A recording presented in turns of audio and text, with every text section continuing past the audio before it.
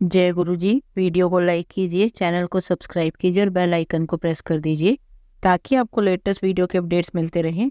रास्ते कभी ख़त्म नहीं होते, बस लोग हिम्मत हार जाते हैं। तैरना सीखना है तो पानी में उतरना ही होगा, किनारे बैठकर कोई गोताखोर नहीं बनता। जय गुरु जी। आज मैं आप सबके साथ वो सत्संग शेयर करूंगी, वो आप सब में से ही एक है जिन्होंने हमारे साथ अपनी डिवाइन जर्नी शेयर करी है और हमें बहुत अच्छा लग रहा है कि आप सब हमें इतने प्यारे प्यारे सत्संग भेज रहे हैं। ऐसे ही निरंतर सेवा करते रहें। आज जो आप सत्संग सुनोगे वो गुरु भक्त आंटी जी का है और आंटी जी दिल्ली से हैं। आंटी जी ने अपना नाम गुप्त रखना है, जो भावना हम समझ सकते हैं। आंटी जी ने हमें अद्भुत और चौंका देने वाला सत्संग शेयर करा है। जैसा आंटी जी ने अपना सत्संग हमारे साथ शेयर करा है वैसा ही आप सबके साथ इस सत्संग के माध्यम से आज मैं साझा करूंगी। और हमारी छोटी सी कोशिश यह रहती है जो ये ब्लेस सत्संग हम आप सबको सुनाते हैं वो हर घर तक पहुंच सके और सब संगत सत्संग सुने और ब्लेस हो सके। इसलिए सब संगत सत्संग के अंत तक बने रहना और सत्संग को बहुत ध्यान से सुनना और सत्संग को बीच में ना छोड़े, क्योंकि सत्संग सुनने वाले का भी कल्याण होता है और सत्संग करने वाले का भी। और हो सकता है जो आज आप सत्संग सुनने उससे आपको अपने कई सवालों के जवाब मिल जाएं। तो चलिए सत्संग शुरू करते हैं। जय गुरु जी। जय गुरु जी। संगत जी, मैं अपना सत्संग गुरु जी के मंत्र जाप से शुरू करना चाहूंगी। जय गुरु जी। ओम नमः शिवाय। शिव जी सदा सहाय। ओम नमः शिवाय। गुरु जी सदा सहाय। जय गुरु जी। प्यारी संगत जी, ये मेरा सौभाग्य है कि आज मैं अपने प्यारे गुरु जी के आशीर्वाद से गुरु जी महाराज की संगत से जुड़ सकी और परम पिता परमेश्वर की संगत मैं भी हूँ। मुझे नहीं पता मेरा सफर महाशिव गुरु जी महाराज के साथ कब से है। जैसा कि सभी संगत जानती है, ये केवल भोलेनाथ गुरु जी महाराज ही जानते हैं कि कौन प्रभु से कब और कैसे जुड़ा है। प्यारी संगत, ये मेरा पहला सत्संग है। मेरा नाम पता होना कुछ मायने नहीं रखता। मेरे लिए दुनिया के सबसे पहली और मेरी आखिरी इच्छा मेरे गुरु जी हैं। वो जैसे जिस हाल में भी रखें अपने पास रखें। मेरी उम्र 43 साल है। मैं दिल्ली में रहती हूँ। दिल्ली मुझे कभी पसंद नहीं था, ना ही यहाँ के लोग। यहाँ के लोग दिखावे में ही रहते हैं। मैं यूपी से हूँ। यूपी वालों के दिल में और चेहरे पर एक सा भाव होता है। यदि वो आपको पसंद करेंगे तो उनका चेहरा भी यही भाव दिखाता है, परंतु दिल्ली वालों का बिल्कुल अपोजिट है। परंतु खैर, ये मेरी सोच थी और शायद आज भी है। परंतु इसके अपोजिट मेरा ससुराल था, वो दिल्ली का है, परंतु साफ दिल के और अच्छे लोग हैं वो। अब मेरी मैरिज को 22 वर्ष हो गए हैं और सब अच्छा है। मैं कभी भी नियम से पूजा करने वाली नहीं थी। मैरिज से पहले मेरे पापा मम्मी काफी पूजा करते थे। माता रानी के फास्ट रखना, खेतरी बेचना, नियम से दीपक जलाना, सब कुछ पापा करते थे। आज भी मेरे मायके में पापा ही दीपक जलाते हैं, लेकिन मैं हमेशा से हनुमान जी, दुर्गा माँ से अपने को जुड़ा महसूस करती थी। मैं बचपन से ही काफी डरी डरी रहती थी। ऊंची आवाज मुझे डराती थी। घर में कभी कोई ऊंचा बोलता तो मैं डर जाती थी। पढ़ाई में मैं अच्छी नहीं थी, खासकर मैथ्स में। मैथ्स मुझे कभी समझ नहीं आया। मुझे याद करने में काफी प्रॉब्लम होती थी। ये कोई भी topic same to same, word to word याद नहीं रख पाती थी। जब तक वो मुझे समझ नहीं आता था, कुछ लिख नहीं पाती थी। इसलिए मुझे लगभग सभी सब्जेक्ट्स में मेहनत करनी पड़ती थी, लेकिन पिटाई केवल मैथ्स के कारण होती थी। मैंने MA BEd किया है। कैसे वो आज समझ आता है। वो एग्जाम के पेन जो आंसर शीट पर चलते थे वो आंसर में नहीं, मेरे गुरुजी ही थे जो करते थे। गुरुजी महाराज ने मुझ जैसे नालायक बच्चे का हाथ तब भी थामा हुआ था, नहीं तो ये बच्चा कुछ याद नहीं रख सकता था। वो अपने आंसर को अपने शब्दों में भी कैसे लिख सकता था, मुझे आज भी याद है। BA की एग्जाम के समय में बार बार लिख लिख कर याद कर रही थी। संगत जी, मेरी आदत थी, मैं लिख लिख कर ही याद करती थी। जब तक मैं एक लाइन या वर्ड भी अपने हाथ से लिख न लूँ, वो मुझे याद तो वैसे ही नहीं रहती थी, परंतु समझ में नहीं आ पाता था। इसलिए मेरा देखते समय पढ़ाई करते हैं लिखते हुए ही निकलता था। मेरे मायके में ज्वाइंट फैमिली, हम 7 भाई बहन, ताई जी के बच्चों को मिलाकर सभी काफ़ी होशियार थे। मुझे आज भी याद है जब इवनिंग को लाइट जाती थी। प्यारी संगत जी, पहले हमारे समय में लाइट आती कम थी, जाती ज़्यादा थी। कुछ समय तो फिक्स थे कि जाएगी ही जाएगी। तो उस समय में हम सभी फैमिली के 11 सदस्य, 11 नहीं 10, क्योंकि मेरी ताई जी की डेथ हो गई थी तो हम 10 ही रह गए थे। लेकिन मेरी मम्मी भगवान की वो भगत हैं जो हर तरह की मेहनत और सेवा को हंसते हंसते करती हैं और तब भी किया करती थी। शायद मम्मी से ही मुझे भी ऐसे संस्कार मिले हैं। थैंक यू गुरु जी। माँ दुर्गा जैसी मम्मी देने के लिए, क्योंकि संगत जी मेरी ताई जी को ब्रेन ट्यूमर था। मेरी मम्मी उन्हें भी देखती थी और घर के सभी बच्चों सदस्यों के साथ आया गया और सभी घर के काम भी मम्मी ही करती थी। पहले मेड नहीं होती थी और ब्रेन ट्यूमर का मरीज बेड पर ही रहता था। वो अपना कुछ काम नहीं कर सकता, यहाँ तक कि खाना पीना या शौच आदि भी बिस्तर पर ही होता था। पहले तो डायपर्स भी नहीं होते थे। मुझे याद है सर्दियों में मेरी मम्मी मेरी ताई जी के कपड़े अलग से रात को आंगन में धोया करती थी। तब ये 6-7 में से जो हो पाता था वो कर लेती थी, सफाई, कपड़े, प्रेस। पर मम्मी सर्दी में कभी पानी में हाथ नहीं देने देती थी। वो काम जो बच्चों को बीमार कर सकते हैं वो हमेशा को खुद ही करती थी। हाँ, तो मैं आपको बता रही थी कि जब रात को लाइट जाती थी वो टाइम मेरे लिए बहुत कुछ बुरा होता था, क्योंकि उस समय सब एक साथ बैठते थे और पापा सबसे पूछते थे आज क्या पढ़ाई की, टेबल सुनाओ, इंग्लिश में सेंटेंस बनाओ। तो मुझे बहुत डर लगता था पापा से। इंसल्ट भी होती थी, क्योंकि कभी भी कोई भी सही जवाब ना देना आपको कमज़ोरी का एहसास कराता है, और वही जवाब आपसे 6 से 8 साल छोटा भाई या बहन आसानी से दे दें, जबकि वो तो अभी उनके कोर्स में भी नहीं है। तो मैं उस माहौल से डरती थी और दूर भी रहना चाहती थी। संगत जी, मेरा मायका वाला जो घर है वो काफ़ी पुराने समय का बना हुआ है। कमरे के अंदर कमरा तो जो सबसे पीछे वाला रूम है, वहाँ पर जब तक लाइट ना हो वो बिल्कुल डार्क हो जाता है, डरावना कह सकते हो। उस रूम में मेरे बाकी भाई बहन लाइट होने पर भी अकेले नहीं जाते थे, क्योंकि तब तक मेरी ताई जी की डेथ हो चुकी थी। वो सब डरते थे, लेकिन मेरे लिए वो गिफ्ट था। मैं वो रात की महफिल की सिचुएशन को अवॉइड करने के लिए उस पीछे वाले रूम में जाकर बैठ जाती थी, और अंदर जो डर था वो उस कमरे में बैठने का नहीं, बल्कि लाइट जल्दी ना आ जाए वही डर रहता था। और मैं काफ़ी सुकून महसूस करती थी उस डार्कनेस में, क्योंकि वहाँ पर कोई मुझे जज नहीं करता था। मुझे किसी से बात करना भी पसंद नहीं था। वो मजाक करते करते पढ़ाई पर कब आ जाते थे, एग्ज़ाम्स के रिजल्ट्स, मार्क्स, टेस्ट की बातें कब आ जाते थे, और पापा से मेरी क्लास लग जाती थी। मेरी मम्मी मुझे समझाती थी, पर वो घर के कामों में हमेशा बिजी रहती थी। फिर जब भी समय मिलता वो मुझे छत पर ले जाती हैं। पढ़ाई से भी अलग इंसान की पहचान होती है, जैसे उसका व्यवहार, कर्म, भाषा, स्वभाव, चरित्र। और सबसे बड़े हनुमान जी, जो मुझे हमेशा हनुमान चालीसा याद करो पढ़ा रहा कर रहते थे, इससे मैं अंदर से बहुत शक्तिशाली बन जाऊंगी कहती थी। फिर मैंने वही किया। हनुमान जी कब मेरे दिनचर्या से जुड़े, सुबह होती तो हनुमान चालीसा, शाम होती हनुमान चालीसा, बस यही करती थी। इसमें मुझ में इतने बदलाव आए, मैं घर में बात भी करने लगी और पढ़ाई भी अच्छी नहीं हुई, पर कभी फेल नहीं हुई, और मुझे अपना पक्ष रखना भी आ गया। फिर मेरी शादी की बात आई तो रिश्ते आए, तो वो भी दिल्ली के। मेरी मैरिज दिल्ली में हो गई, पर मुझे समझने में काफ़ी समय लगा। दिल्ली वालों का स्वभाव इसलिए वही पुराना, पितरा कम बोलो और हंसते रहो। मुझे 2018 में पॉल्यूशन के कारण काफ़ी खांसी कफ की तकलीफ रही, और अक्टूबर से जनवरी तक मैं खांसती ही रहती थी। ये सिलसिला 2022 तक रहा। गुरुजी से ब्लेसिंग मिलने से पहले तब तक मैं दिल्ली शहर को बहुत कोसती थी कि मेरी मैरिज दिल्ली में क्यों हुई। पर इस बार अप्रैल 2023 में मैं गुरुजी के बड़े मंदिर आई और मुझे होम्योपैथिक मेडिसिन मिली, जिससे मुझे कभी प्रॉब्लम नहीं होती। तो मैं वो दवा को ले लेती हूँ। गुरुजी की दवा से जल्दी आराम आ जाता है। गुरुजी से जुड़ना कैसे हुआ, एक बड़ा प्यारा सत्संग है। मैं पहले साईं बाबा को मानती थी, आज भी मानती हूँ, क्योंकि हर प्रभु की अपनी महिमा है। साईं बाबा ने मुझे अपने साथ कैसे जोड़ा, ये भी एक प्यारा सा सत्संग है। बाबा की छोटी सी मूर्ति सफ़ेद संगमरमर की मेरी छोटी बहन लाई थी जब मेरी मैरिज नहीं हुई थी। ये तब की बात है। मैं अपनी फ्रेंड के साथ अपने कॉलेज के पास मंदिर में गई, वहाँ उसे बाबा से कनेक्शन हुआ फील, और वो साईं बाबा को मानने लगी। और एक दिन बाबा की मूर्ति ले आई और मंदिर में रख दी, और पूजा करने लगे हम सभी। फिर हमारे एक और ताया जी हैं जो दिल्ली में रेलवे में काम करते हैं, वो एक बड़ा सा ग्रुप लेकर ट्रेन से साईं बाबा के दर्शन करने शिरडी जा रहे थे।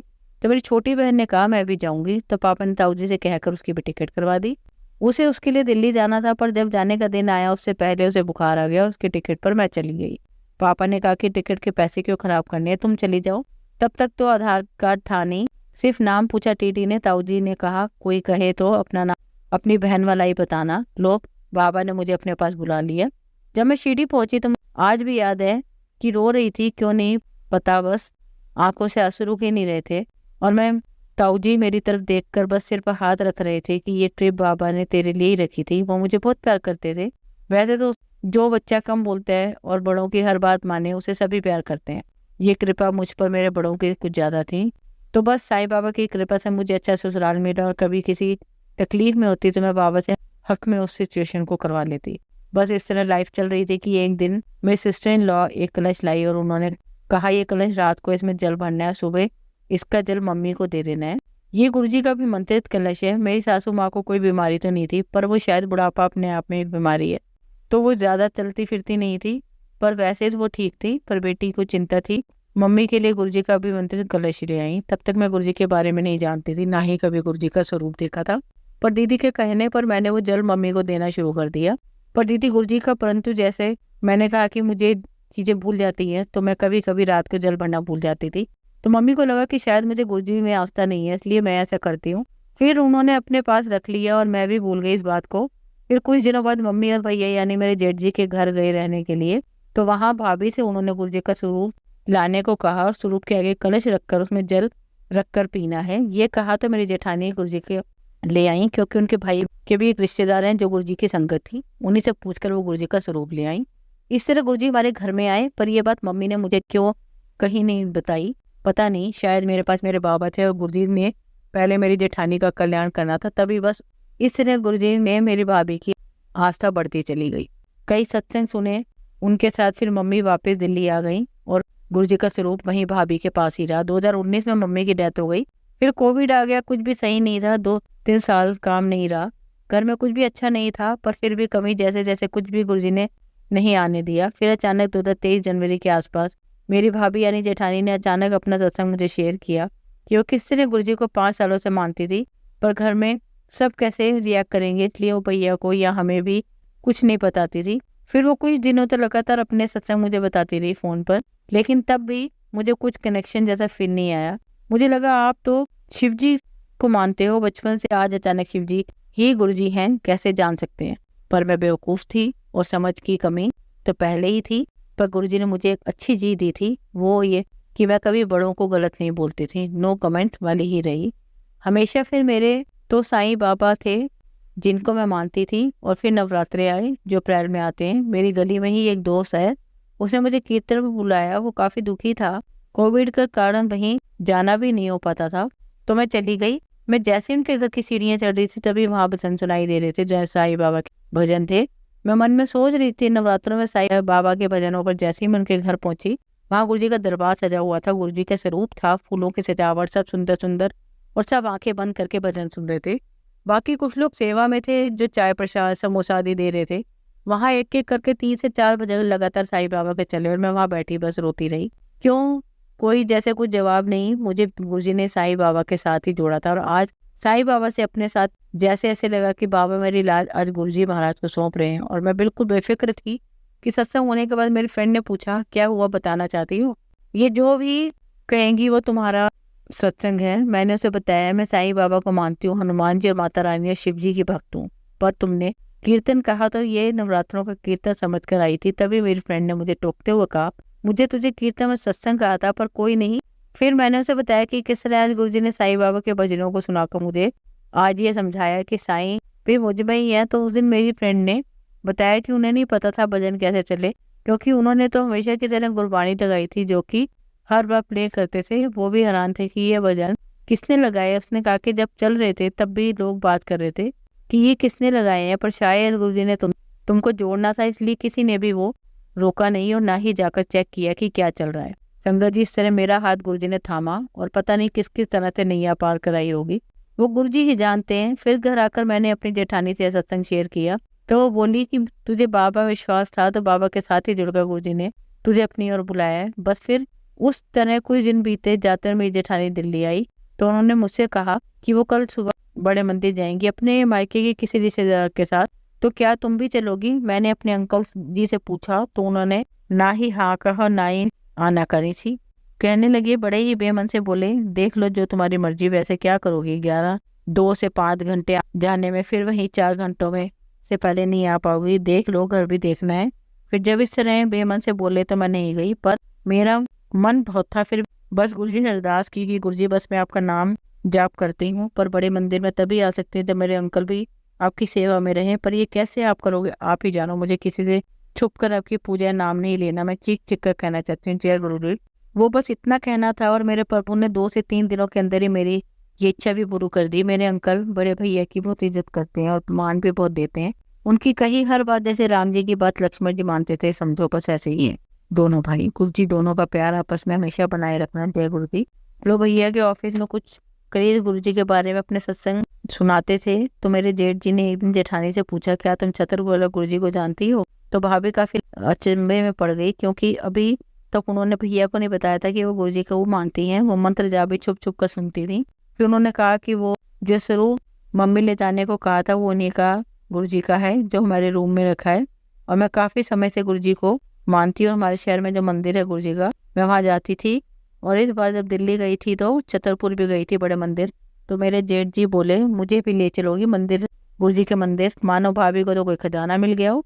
वो तो खुश हुई, और फिर उसी दिन वो गुरुजी के मंदिर गए। उन्होंने दर्शन करने के बाद कार के रास्ते से ही मेरे जेठ जी ने मैंने अंकल को कॉल किया कि आज मैं गुरुजी के मंदिर गया था, तुम भी दोनों छतों पर होकर आओ। तो मेरे अंकल ने कहा मैं ज़रूर जाऊँगा। तो अगले ही दिन मंडे था, तो हम दोनों वहाँ गए।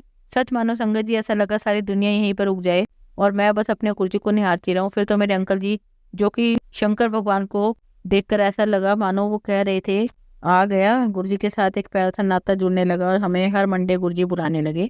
फिर कभी गुरुजी के बर्थडे पर, गुरु पूर्णिमा पर, अपने बर्थडे पर, दिवाली, गुरुजी की आज्ञा से और आशीर्वाद से बड़े मंदिर आ जाते थे। एक छोटा सा और है सत्संग, शायद सत्संग ना कहकर वो मेरी माफ़ी है, जो मैं गुरुजी से और गुरुजी की प्यारी संगत से मांगना चाहती हूँ। एक दिन जब हम शाम को बड़े मंदिर आ गए तो हमारे साथ लाइन में दर्शनों के लिए 2 भाई 16 से 17 साल के अपने किसी अंकल के साथ आए थे। वो हमारे साथ साथ ही चल रहे थे। फिर गुरुजी की कृपा से सेवादार अंकल ने मुझे और बाकी संगतों को शिव जी की मूर्ति के आगे बैठने को और शब्द सुनने का आशीर्वाद प्रदान किया। हम सभी वहाँ बैठे थे। तभी वो दोनों भाई भी हमारे पास आके बैठ गए। वो दोनों बच्चे बिल्कुल हमारे ही बच्चों की तरह ही लग रहे थे। हम उम्र कद काठी से ही सभी शब्द सुन रहे थे। उन्होंने ध्यान से सुन रहे थे कि तभी छोटे लड़के ने मुझे बुलाया, कहा आंटी क्या आपको वो बड़े शिवलिंग में गुरुजी के दर्शन हो रहे हैं? मैंने ध्यान से देखा, कहा नहीं बेटा मुझे नहीं हो रहे, वो लाइट है शायद जो आपको गुरुपा के जैसी लग रही है। पर वो मुझे 2-3 बार बोला कि ध्यान से देखो वहां पर है गुरुजी। तभी उसके बड़े भाई ने उसे डांटा और कहा आंटी कह रही है कि नहीं है गुरुजी, तो वो लाइट है तो मान जाना, तेरा वहम है। कि शांति से उस बच्चे का ध्यान शिवलिंग पर ही था कि अचानक सेवादार अंकल ने कहा सभी उठ जाइए, लाइन बना ले, चलना शुरू कर दें। वो बच्चे आगे लग गए, तभी हम भी लाइन में लगे। गुरुजी ने ये भाव मन में दिया कि मुझे कोई हक नहीं उस बच्चे के विश्वास को गलत कहने का। मैं 43 ईयर्स की एज में न जाने कितने पाप झूठ उछल करके इस राह पर आई हूँ, पर वो एक साफ मन का नादान सा बालक जो इतना मासूम है, उसे तो गुरुजी के दर्शन दे ही रहे थे। शायद मैंने अपनी बेवकूफ़ी से उस बच्चे के विश्वास को पूर्ण नहीं होने दिया। आज इस सत्संग के माध्यम से मैं गुरुजी और गुरुजी की नन्ही प्यारी सी संगत को और उस बच्चे से क्षमा मांगती हूँ। मैंने इस बात के लिए कई बार क्षमा मांगी। आज गुरुजी से प्रार्थना है कि ये सत्संग को संगत भी सुने और अपनी इस नालायक आंटी को क्षमा कर दे। बेटा मैं बचपन से ही ट्यूबलाइट हूँ जो जलती है पर देर से, इसलिए आपके और गुरुजी के बीच आने के लिए मुझे क्षमा करना। आप सच्चे मन के हो तो गुरुजी आपको जल्दी दर्शन देते हैं। ये मैंने कई सत्संग में सुना और ये भी सुना कि गुरुजी सभी को कल्याण दर्शन एक साथ नहीं देते। पूरी भरी संगत के बीच में कभी कभी केवल एक ही संगत गुरुजी की उपस्थिति महसूस कर पाती है और केवल उन्हीं को गुरुजी की खुशबू आती है। तो सॉरी बेटा, आज ये सत्संग काफी बड़ा हो गया है, पर ये पहला सत्संग। अभी कल ही एक और सत्संग हुआ जो मैं आप सभी के साथ शेयर करना चाहती हूँ। मैं और मेरे अंकल ऑफिस जाते थे साथ में अपनी स्कूटी पर। तो ऑफिस के रास्ते में एक 20 से 30 मीटर का एक ट्री आता है, जहाँ पर मुझे 5 से 6 दिनों में सेम ख्याल या विजन दिखता था कि हमारी स्कूटी स्लिप हो गई है, हम बुरी तरह से फिसल गए हैं। मैं उसमें अपने आप को देख पा रही थी कि मैं ठीक हूँ, पर चोट लगी है थोड़ी थोड़ी, लेकिन मुझे मेरे अंकल नहीं दिखे। पर जैसे ही वो 20 से 30 मीटर का रास्ता निकला, मैं वैसे ही सब रास्ते की दुकान और लोगों को देख पाती थी। ऐसा मेरे साथ 5-6 बार हो चुका था। तब मैंने एक दिन अपने अंकल जी को कहा कि आप स्कूटी धीरे चलाया करो, तो वो बोले धीरे मैं नहीं चलाता, पर आज अचानक ऐसे क्यों कह रहे हो? तब मैंने उन्हें बताया कि इस तरह मुझे ये विजन आता है, लेकिन मैं गुरुजी का मंत्र जाप करना चाहती हूँ। पूरे रास्ते इस दिन शायद वो विपदा गुरुजी आने नहीं दे रहे थे, पर आप ध्यान से चलाया करो। संगत जी, कल रात को जब मेरे अंकल उस रास्ते से आ रहे थे तो उन्होंने मुझे बताया कि यही वो जगह है जो मैंने उन्हें बताई थी, पर वहाँ उन्हें दोनों तरफ से बसों ने घेर लिया था। कहो कि काफी स्कूटी बीच में थी और दाएं बाएं बड़ी बड़ी बसेस थी और आगे का रास्ता एक कार ने ब्लॉक कर दिया था। उन्होंने कहा कि अगर तुझे विजन पहले गुरुजी ने दिखाया होता तो शायद अपना दिमाग लगाता और साइड से निकलने की कोशिश करता या कुछ भी करता, तो बसेस के कारण कुछ हो सकता था। मैं उस समय अपने ऊपर उन बसेस को अपने आसपास महसूस कर रहा था, काफी डरावना था। तभी मुझे तुम्हारी बात याद आई, वो विजन वाली है। मैंने गुरुजी का मंत्र जाप बोलना शुरू कर दिया। देखते देखते रास्ता साफ हो गया। मैं काफी घबरा गया। मेरे अंकल जी मुझे बोले, मैंने गुरुजी का शुक्राना किया कि उन्होंने पहले ही समझा दिया था कि आने वाली स्थिति में दिखा सकता हूँ और मेरा नाम मंत्र जाप से ही बुरे से बुरे परिस्थिति पे डाल जाती है। शुक्राना गुरुजी, आपकी कृपा का शुक्राना मालिक। आज मैंने एक सत्संग सुना जिसमें आंटी ने बताया कि वो कर्नाटक में रहती हैं, गुरुजी के बड़े मंदिर आने के लिए कितनी कोशिश करती हैं और गुरुजी से अरदास करती हैं कि वो दिल्ली किसी भी तरह से जा सके और बड़े मंदिर जा सके। आज मैं गुरुजी का शुक्राना करती हूँ कि उन्होंने मुझे दिल्ली की ससुराल दी। आज दिल्ली मुझे काफी पसंद है क्योंकि वहाँ मेरे गुरुजी का बड़ा मंदिर है। जय गुरुजी। अब आप सबकी कहानी सुनाती हूँ। आप सब इस कहानी को बहुत ध्यान से एक शांत वातावरण में ही सुनना। चलिए कहानी शुरू करते हैं। कहानी का शीर्षक है अपने आप से प्यार करना सीखो। एक छोटे से गाँव में एक आदमी रहता था। उस आदमी के घर के पास में एक पहाड़ था। वो आदमी रोज उस पहाड़ पर जाता, कुछ वक्त वहां पर बैठता और वापस आ जाता। हर रोज की तरह वो इस बार भी सुबह सुबह पहाड़ पर जा रहा था, लेकिन इस बार उसका छोटा सा बेटा आया और बेटे ने अपने पिता का हाथ पकड़ लिया और पहाड़ पर साथ चलने की जिद करी। पहले तो पिता ने मना किया, समझाया कि वहाँ रास्ता बहुत छोटा है और चढ़ाई बहुत ज्यादा है, लेकिन जब बेटा नहीं माना तब पिता ने कहा ठीक है तुम मेरे साथ चलो। फिर दोनों एक साथ पहाड़ पर चढ़ने के लिए चढ़ गए। पहाड़ चढ़ते वक्त पिता ने अपने बेटे का हाथ कस कर रखा था। उनके लेफ्ट साइड में पहाड़ था और राइट साइड में खाई, और रास्ता काफी छोटा था इसलिए काफी मुश्किल था। वो दोनों पहाड़ की चोटी तक पहुंचने ही वाले थे कि रास्ते में एक बड़ा पत्थर आकर गिरा। पिता रोज उस रास्ते पर आता जाता था, लेकिन वो उस बड़े पत्थर से बच गया, लेकिन बेटे का ध्यान कहीं और ही था, इसलिए वो पत्थर बेटे के घुटने पर पड़ा तो बेटा चीख पड़ा, मुझे चोट लगी। बेटे की आवाज पहाड़ में गूंजने लगी। इससे पहले बेटे ने कभी भी अपनी आवाज की गूंज नहीं सुनी थी, इसलिए बेटा थोड़ा डरने लगा। उसे लगा कि पहाड़ों में कोई है जो मुझे देख रहा है, मेरी नकल कर रहा है। बेटा जोर से चिल्लाया और कहा कौन हो तुम। बच्चे ने अपनी आवाज की गूंज सुनी और वो बहुत ही गुस्सा हो गया और जोर से बोला मैं तुम्हें छोड़ूंगा नहीं। बच्चे ने फिर अपनी आवाज की गूंज सुनी। इस बार बच्चा थोड़ा घबरा गया और उसने अपने पिता का हाथ कसकर पकड़ लिया और अपने पिता से पूछा ये कौन है जो मेरा इतना मजाक उड़ा रहा है और मुझे परेशान कर रहा है। पिता ने ये सब कुछ देखकर मुस्कुरा रहे थे और पिता खाई की तरफ देखकर जोर से चिल्लाया और कहा मैं तुमसे बहुत प्यार करता हूँ। बच्चा ये देखकर हैरान हो गया, जो अभी मेरा इतना मजाक उड़ा रहा था, मुझसे परेशान कर रहा था, वो मेरे पिता से कह रहा है मैं तुमसे बहुत प्यार करता हूँ। बच्चे को देखकर पिता समझ गए कि बच्चा क्या सोच रहा है। फिर दोबारा पिता चिल्लाया और कहा तुम बहुत अच्छे हो। इस बार बच्चे ने मुस्कुरा कर अपने पिता से पूछा ये क्या हो रहा है। फिर पिता ने बच्चे को समझाया कि ये किसी और की नहीं बल्कि तुम्हारी आवाज है जो पेड़ और पहाड़ों से गूंज कर तुम्हें लौटकर सुनाई दे रही है। तुम जैसा बोलते हो तुम्हें लौटकर वैसी ही आवाज सुनाई देगी। अगर तुम गुस्से में कुछ कहोगे तो लौटकर जो आवाज आएगी उसमें सिर्फ और सिर्फ तुम्हारा गुस्सा होगा। अगर तुम प्यार से कुछ बोलते हो तो उस आवाज में सिर्फ प्यार ही प्यार होगा। और फिर बच्चा और पिता पहाड़ की चोटी तक गए और जोर से चिल्लाए मैं तुमसे बहुत प्यार करता हूँ। इस बार जब बच्चे ने अपनी आवाज की गूंज सुनी तब वो बहुत खुश हुआ। अब सीख जो हमें इस कहानी से मिलती है, बिल्कुल इसी तरह हमारी जिंदगी में भी सब कुछ होता है। अगर तुम ये सोचते हो कि तुम्हारी जिंदगी बुरी है या फिर कुछ तुम कर नहीं सकते या तुम अपनी जिंदगी में कुछ भी हासिल नहीं कर सकते, तो तुम्हारी जिंदगी बिल्कुल वैसी ही हो जाएगी। तुम्हारी जिंदगी बिल्कुल बुरी हो जाएगी, तुम कुछ नहीं कर पाओगे। लेकिन अगर तुम ये सोचते हो कि मेरी जिंदगी बहुत अच्छी है, मैं जो चाहे वह कर सकता हूँ, जो चाहे वो बन सकता हूँ, जो तुम्हारी जिंदगी बिल्कुल वैसी ही बन जाएगी, बिल्कुल अच्छी। तुम चाहोगे वो कर पाओगे, जो चाहोगे वो बन जाओगे। धन्यवाद। संगत जी, अगर आपको आज का सत्संग अच्छा लगा हो तो आप इस सत्संग को और संगत के साथ जरूर साझा करें, जिससे वो भी महाराज का दिव्य आशीर्वाद प्राप्त कर सकें। जय गुरु जी। शुक्राना गुरु जी।